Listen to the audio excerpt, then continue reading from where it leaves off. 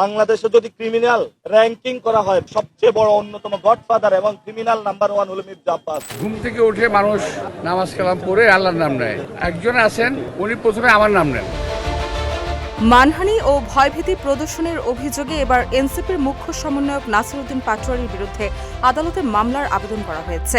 ঢাকা ৮ আসনে নির্বাচন ঘিরে শুরু হওয়া রাজনৈতিক বিরোধ এবার গড়িয়েছে আদালতের দ্বারপ্রান্তে।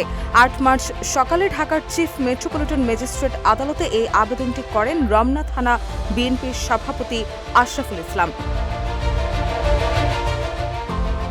ঢাকা ৮ আসনের সংসদ সদস্য মির্জা আব্বাসকে নিয়ে সামাজিক যোগাযোগ মাধ্যমে দেওয়া বক্তব্যকে কেন্দ্র করেই এই আইনি পদক্ষেপ নেওয়া হয়েছে। মেট্রোপলিটন ম্যাজিস্ট্রেট মোহাম্মদ হাসান শাহাদাতের আদালতে আবেদনটি জমা দেওয়া হয়। বাদীপক্ষের আইনজীবী মোহাম্মদ আমিরুল ইসলাম জানান, আজই এই বিষয়ে শুনানি অনুষ্ঠিত হওয়ার কথা রয়েছে। 5+ স্টার রেটিং প্রাপ্ত দেশের সর্বোচ্চ বিদ্যুৎ সাশ্রয়ী ওয়ালটন এসি স্মার্ট কমফোর্ট এখন নেক্সট লেভেলে।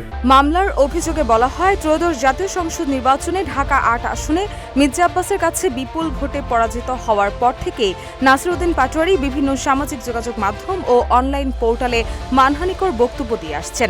সর্বশেষ গত ৫ মার্চ ফেসবুকে তিনি মির্জা আব্বাসকে বাংলাদেশ ক্রিমিনাল র্যাঙ্কিংয়ে নাম্বার 1 গডফাদার বলে আখ্যায়িত করেন, যা অত্যন্ত নিন্দনীয় ও মানহানিকর। উদ্দেশ্য প্রণোদিতভাবে এবং শিষ্টাচার বহির্ভূত উপায়ে এই মিথ্যা ও বানোয়ার তথ্য প্রচার করা হয়েছে বলেও মামলার আবেদনে উল্লেখ করা হয়। সম্প্রতি অনুষ্ঠিত ত্রয়োদশ জাতীয় সংসদ নির্বাচনে ঢাকা ৮ আসনে মির্জা আব্বাস ও নাসিরউদ্দিন পাটোয়ারি ছিলেন একে অপরের প্রধান প্রতিদ্বন্দ্বী। ওই নির্বাচনে অল্প ভোটের ব্যবধানে জয় পান মির্জা আব্বাস। তবে ফলাফল ঘোষণার পর ভোট গণনায় ব্যাপক কারচুপির অভিযোগ তুলেছিলেন নাসিরউদ্দিন পাটোয়ারি।